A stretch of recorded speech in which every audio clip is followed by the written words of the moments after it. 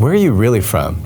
It's a common conversation I have with strangers. They ask, where are you from? And I reply, I grew up in Orlando, Florida. And they'll follow it with, but where are you really from?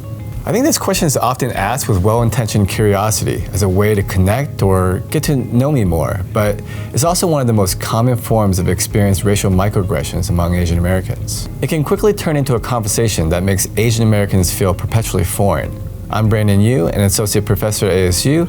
My research and teaching focuses on Asian American psychology and mental health. So what is the perpetual foreigner stereotype?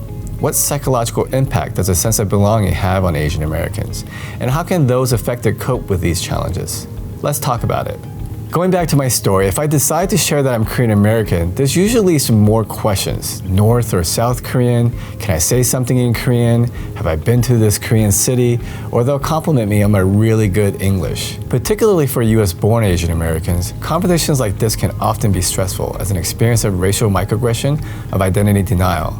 Because with each question and assumption, the underlying message is that I cannot be American, that we, as Asians, do not belong. This is also referred to as the perpetual foreigner stereotype, or when Asians in America are assumed to be foreign and do not belong, regardless of their citizenship, generational status, or length of residency in the US. But this stereotype isn't new. Historically, Asians have always been depicted as the Oriental, an alien body that threatens the American national family.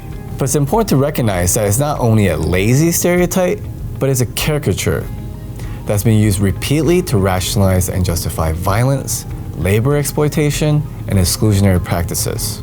To name a few, in 1882, there was a Chinese Exclusion Act which led to a 10-year ban of Chinese laborers moving to the United States. During World War II, Japanese Americans were forced into incarceration camps. And in 2020, there was a rise in anti-Asian hate crimes during the COVID-19 pandemic.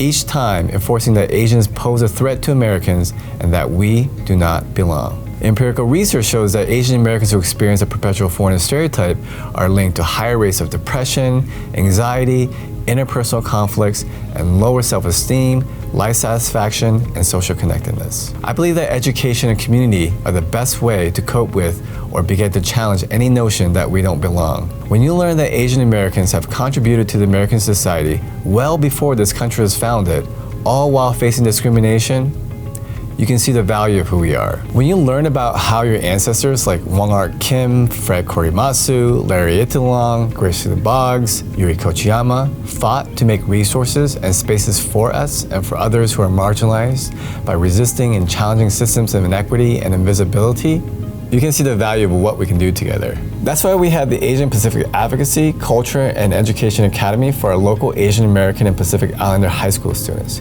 APACE Academy is an annual week summer program at ASU with a focus on history, cultural competency, public speaking, and civic engagement. We plan on operating the academy with no cost to our students and their families. We rely primarily on your support to secure this yearly experience for high school students and for the continued success of our program. If you or your organization is interested in donating to the APACE Academy, please visit the link below.